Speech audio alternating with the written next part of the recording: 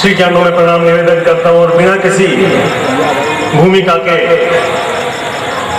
आज हमारे जो मंच पे कविवर बैठे हैं सब आधे से ज्यादा नए हैं, पहली बार बूंदी आए। तो सबसे पहले मैं आपकी ओर से 2-4 पंक्तियां बूंदी की समर्पित करता हूं ताकि इन्हें पता लगे बूंदी क्या है, बूंदी की आबो हवा क्या है। सीधे सीधे कविता पे कि जिसकी निराली आन बान शान है, जो सदा से ही रहा आप जैसे वीरों की खान है, और सूर्यमल मिश्रण का देखो साहित्य भी वीर महान है। हारी रानी का देखिए इतिहास में अमिट बलिदान है। वीर कुंभा की जिद है, यहाँ गलियों में मंदिर है, गलियों में मस्जिद है।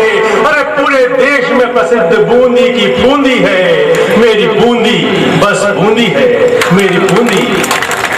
4 पंक्तियां आपकी ओर से फिर कवियों के लिए कि आज भी बूंदी पर है प्रकृति का मुक्त हस्त, और यहाँ के लोग हैं बड़े मस्त मस्त। नहीं है दिल्ली मुंबई बेंगलोर जैसी मच मच, और खाने को मिल जाते हैं रोज लड्डू और बाटी गए। तो बिना टिकट चकरी के झूले खाना हो और बिना चुनाव लड़े मंत्री बन जाना हो, पीयूष पाठक की कविता में श्वेता सरगम पूनम वर्मा और कीर्ति काले का मजा उठाना हो, तो मेरी बात मान लो, बूंदी की बहुत फेमस है बूटी थोड़ी थोड़ी सी।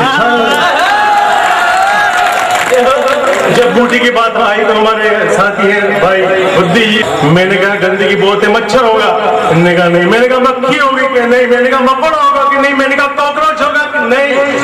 तो मैं जवाब देते देते भाई सब थक गया, इसकी ना सुन सुनकर मेरा भेजा पक गया, तो मैं भी अनायास पक गया। मैंने कहा हाथी है क्या हाथी, या तेरे ज्यादा ही नशा चढ़ गया भंग का। बुद्धि ने आहिस्ता से देखा कि सही जवाब बता कौन से रंग का। तो दोस्तों जो मुट्ठी में हाथी लेके आज इस कवि सम्मेलन का संचालन कर रहा है, जोरदार इनके सम्मान में तालियां बजाओ।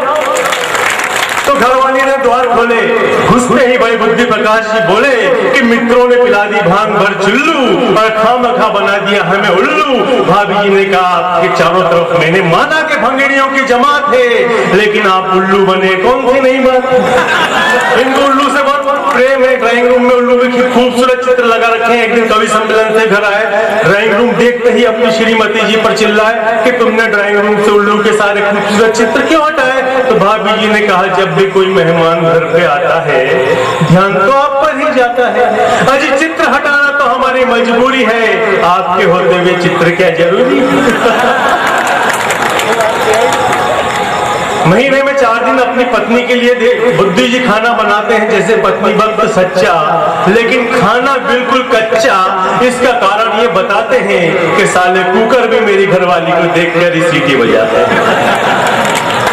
हंसी की बात, एक एक कविता ऐसी सुनाऊंगा देश दिशा पे, और फिर आपको हंसाने के लिए 4-4 पंक्तियों में कविता सुनाऊंगा। अच्छी लगेगी तो एक को सुनाऊंगा, अच्छी नहीं लगेगी तो 10-12 सुनाऊंगा। अभी का एक दृश्य मैंने देखा, पहले बता देता हूँ कि मैंने एक वार्ड मेंबर साहब, बहुत ही स्मार्ट नौजवान बूंदी के वार्ड मेंबर साहब, एक बड़ी ही खूबसूरत कन्या की, एक खूबसूरत कन्या बार बार उन वार्ड मेंबर साहब की तरफ इशारे किए जा रही थी, अपनी सहेलियों को भी उदाहरण दिए जा रही थी। तो एक खूबसूरत लड़की के इशारे देखकर वार्ड मेंबर साहब फूल गए, कल्पनाओं के झूले में झूल गए। तभी एक बालक ने चौंकाया, उस कन्या के हाथ का लेटर लाकर उस वार्ड मेंबर को थमाया। वार्ड मेंबर उस लेटर को पढ़ने बड़े उत्सुकता से मंच के पीछे आया। लेटर खोला तो क्या दिखा था, बहुत सुंदर हैंड राइटिंग में लिखा था, आपकी जीन्स बहुत साफ है, बताइए कौन से डिटर्जेंट से धुल रही है, लेकिन भैया आपकी चेन खुल रही है। तो अभी अभी वो चेन बंद करके हमारे पीछे आके बैठे हैं।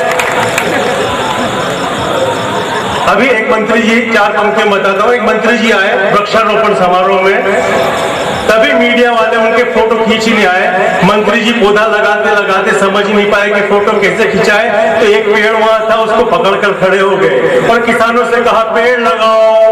किसानों को कहा हुजूर इतना बड़ा पेड़ जरा आप लगा के दिखाओ। अरे आप नेताओं ने तो हमेशा पेड़ ही लगाए थे, वो तो पेड़ समझदार थे जो धरती के बाहर नहीं आए थे। अरे हम गरीब किसानों की तरह पौधे लगाते तो एक न एक दिन वे भी जरूर बड़ा पेड़ हो जाता। अभी विकिलीक्स ने नई सूची निकाली काले धन की, एक नाम आया लालू प्रसाद यादव, 9,000 करोड़ रुपए स्विस बैंक में जमा। बूंदी में हमारे एमएमए ड्राइंग है, बहुत अच्छे अच्छे चित्रकार है, उसको गुस्सा आया, उसने बड़ी मेहनत से लालू प्रसाद यादव का चित्र बनाया और उसको विविध रंगों से सजाया। चित्र देने लालू जी के पास पटना आया तो लालू जी ने जो ही चित्र को देखा, आसमान छूने लगी उनके गुस्से की रेखा। बोले क्या हिमाकत है, चित्र में हमारी नाक की नदारत है। तो चित्रकार ने कहा हुजूर मेरे पास जितनी कल्पना कला थी मैंने सब इस चित्र में बांट दी है। आपने देश की नाक काटी, मैंने आपकी काट दी। दोस्तों कविता कोई बहुत बड़ी बात नहीं, कविता बनाने में कुछ भी अपन तो उल्टा सुल्टा बोलते कविता बन जाती है। ये भी देख लो एक बार के पालक को कल्पा, सारस को सरसा, टोपी को पीटो, रोमा को मारो, लालू को लूला, नींबू को बुनी, राम राम मरा मरा, खिल खिल को लिख लिख, उल्टे को सुल्टा, अटरम को शटरम, शब्द है खिलौना, खेल कर दिखाओ, कविता बनाओ, कविता खत्म होगी, ताली बजाओ।